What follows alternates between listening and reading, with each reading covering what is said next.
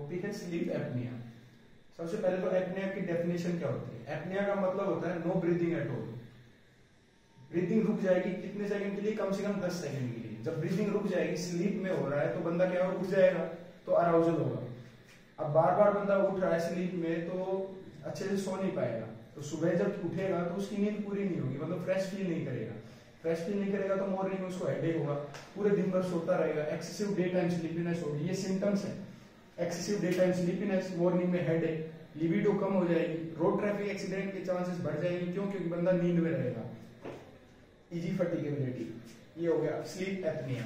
Sleep में क्यों हो रहा है? पैथोफिजियोलॉजी। स्लीप से इसका एपनिया का क्या रिलेशन है? स्लीप में इसलिए हो रहा है कि जो हमारा माउथ ब्रीथिंग है ये लर्न रिफ्लेक्स है, तो जब सोते हैं तो in sleep all learn reflexes go away, चला गया, माउथ ब्रीथिंग नहीं होगी तो एपनिया हो जाएगा। CO2 कंसंट्रेशन बढ़ेगी ब्लड में, कीमो रिसेप्टर जो ब्रेन में स्टिमुलेट हो जाएंगे और क्या करेंगे, ब्रेन को अराउज कर देंगे, तो बंदा नींद से उठ जाएगा। तो ये हो गया स्लीप एपनिया। 3 टाइप्स होते हैं, एक होता है ऑब्स्ट्रक्टिव, दूसरा सेंट्रल, तीसरा मिक्स्ड। ऑब्स्ट्रक्टिव में क्या है, जो हमारा एयरवे है वो ब्लॉक है कहीं पे भी। नाक में क्या रीजन हो सकते हैं? 3 में हमारा नेजल सेप्टम डेविएटेड है, या जो टर्मिनेट्स हैं वो बढ़ गए हैं, साइज बढ़ गया है, या कोई पोलिप है, कोई ट्यूमर है। ओरोफेरिंक्स में भी हो सकता है, हाइपोफेरिंक्स में भी हो सकता है। तो ये हो गया ऑब्स्ट्रक्टिव स्लीप एपनिया। सेंट्रल में क्या होता है कि ब्रेन सीएनए जो भूल गया है, वो उसको इन्फॉर्मेशन नहीं दे रहा रेस्पिरेटरी मसल्स को। एयरवे पेटेंट है फिर भी एपनिया हो रहा है, क्यों? क्योंकि रेस्पिरेटरी मसल्स काम नहीं कर रही। थर्ड होता है मिक्स, इन दोनों का मिक्सचर होता है, जिसमें ऑब्स्ट्रक्शन भी है और ये सेंट्रल वाला कंपोनेंट भी है। टाइप्स हो गए स्लीप एपनिया के। ऑब्स्ट्रक्टिव स्लीप एपनिया कोजेस क्या होते हैं? अगर बच्चा है तो मोस्ट कॉमन कोज है उसमें कि उसमें एडिनोइड की हाइपरट्रोफी हुई है, और जो अडल्ट होते हैं उसमें मोस्ट कॉमन कोज होता है कि उसका जो टंग बेस है वो हैवी है। जब बंदा सोता है तो हमारा टंग पीछे चला जाता है और ब्लॉक कर देता है एयरवे को, इसलिए ऑब्स्ट्रक्टिव स्लीप एपनिया। और भी कई कोज हो सकते हैं, कोई ट्यूमर, नाक का ट्यूमर, और अडल्ट्स में टॉन्सिल्स का साइज बढ़ गया, एडिनोइड्स का साइज बढ़ गया, ये अडल्ट्स में भी हो सकते हैं, लेकिन मोस्ट कॉमन कोज यही हैवी टंग बेस। पैथोफिजियोलॉजी हो गया, टाइप्स हो गए, डेफिनेशन हो गई। एक होता है एपनिया, हाइपोपनिया, इंडेक्स।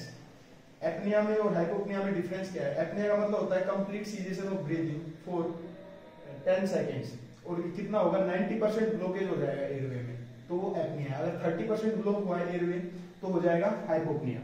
इसमें जो ऑक्सीजन डिसैचुरेशन होती है दोनों में 3% से ज्यादा की रहती है, इसमें बंदा उठ जाएगा, उसमें भी उठ जाएगा, तो ये एपनिया हाइपोपनिया। इंडेक्स बताता है।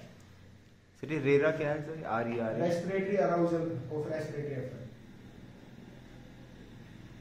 एपनिया हाइपोपनिया का इंडेक्स लेते हैं कि रेशियो है, अगर ये 5 से कम है तो नॉर्मल है, 5 से 15 माइल्ड एपनिया हाइपोपनिया, मॉडरेट 16 से 30, और सीवियर में मोर देन 30।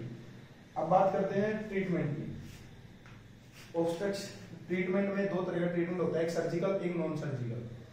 नॉन सर्जिकल में होता है लाइफस्टाइल मॉडिफिकेशन। मैंने बताया कि हैवी टंग बेस की वजह से हो रहा है, तो ये ओबीज में ज्यादा होगा। रिस्क फैक्टर्स भी इसके यही है, मेल में ज्यादा होता है, ओबीज में होता है, जो अल्कोहल या स्मोकिंग करते हैं उनमें ज्यादा होता है, और more than 40 years of age. तो ये रिस्क फैक्टर्स है, male, obese, 40 year of age. तो नॉन सर्जिकल ट्रीटमेंट है लाइफस्टाइल मॉडिफिकेशन, स्मोकिंग, अल्कोहल बंद, अच्छा खाओ, एक्सरसाइज करो, वेट कंट्रोल में लाओ। दूसरा था कि हैवी टंग बेस की वजह से हो रहा है तो साइड में so, sleep on side, not on back. जब साइड में बंदा सोएगा तो उसका टंग पीछे जाने के चांसेस कम हो जाएंगे, और इसको प्रैक्टिकल लाइफ में यूज करने के लिए क्या कर सकते हैं कि पीछे जो है बैक पे एक बॉल बांध दे रबर की, तो बंदा बैक पे सो नहीं पाएगा, तो साइड में ही सोएगा, तो ठीक हो जाएगा। तीसरा होता है मुंह में कुछ डिवाइस डाल दे, इंट्राओरल डिवाइस, जैसे मैंडिबल एडवांसमेंट डिवाइस या फिर टंग रिट्रैक्शन डिवाइस, तो वो खींच के रखेंगे आगे तो पीछे टंग नहीं जाएगी। और होता है CPAP, BPAP और APAP। ये क्या होता है? कंटिन्यूस पॉजिटिव एयरवे प्रेशर देते हैं, पर इनका डिसएडवांटेज होता है कि पेशेंट की कॉम्प्लियंस कम होती है, उसको डर लगने लग जाता है, और ये जो मशीन होती है इनको ले जाना भी, ट्रांसपोर्ट करना इतना इजी नहीं होता है। Continuous positive airway pressure. Non surgical treatment. Surgical treatment में ट्रीटमेंट ऑफ चॉइस होती है ट्रैकियोस्टोमी। यहाँ पे हम एक छेद बना देंगे, अलग से एयरवे बन जाएगा, तो ऊपर वाली प्रॉब्लम खत्म हो गई। लेकिन ये जो है इतना पेशेंट इसको अडॉप्ट नहीं कर पाते, क्योंकि कोई नहीं चाहेगा कि मेरे गले में छेद हो, क्योंकि वो कॉस्मेटिक प्रॉब्लम है। तो हम क्या कर सकते हैं? नेजल सर्जरी कर सकते हैं। कोई सा नेजल में कोई प्रॉब्लम है तो DNS है तो सेप्टोप्लास्टी, टर्मिनेट का साइज बढ़ रहा है तो टर्मिनेट रिडक्शन, और अगर पोलिप है, नेजल पोलिप है तो उसको हटा देंगे, पोलिपेक्टमी। पैलेट की सर्जरी होती है UP3, यूलो पैलेटोफेरिंगोप्लास्टी। वो टंग की सर्जरी, टंग को क्या है हैवी टंग बेस था तो उसको काट देंगे थोड़ा सा तो ज्यादा वो पीछे नहीं जाएगा। तो ये हो गया सर्जिकल ट्रीटमेंट। अब बात करते हैं कॉम्प्लिकेशंस की। कॉम्प्लिकेशंस ऑफ स्लीप एपनिया इतना वो क्यों है? कॉम्प्लिकेशंस में मेन तो एक ही है, पल्मोनरी आर्टरी हाइपरटेंशन। जब ये होगा तो हो जाएगा राइट वेंट्रिकुलर हाइपरट्रोफी या कोर परमानेंट। इसकी वजह से जब राइट वेंट्रिकुलर की हाइपरट्रोफी होगी तो आर्टरिया की भी होगी, फिर लेफ्ट में चली जाएगी तो इसकी वजह से लेफ्ट हार्ट फेलियर या कंजेस्टिव हार्ट फेलियर, एरिथमिया के चांसेस भी होते हैं और एंजाइना का अटैक भी आता है। तो ये सब कॉम्प्लिकेशंस है। अब पल्मोनरी आर्टरी हाइपरटेंशन हुआ क्यों? वो इसलिए हुआ है क्योंकि देखो मान लो 5 एल्वेओलाई थे, सब में ऑक्सीजन जा रही थी, बराबर जा रही थी, तो सब में ब्लड आ रहा था, ऑक्सीजन को लेके जा रहा था।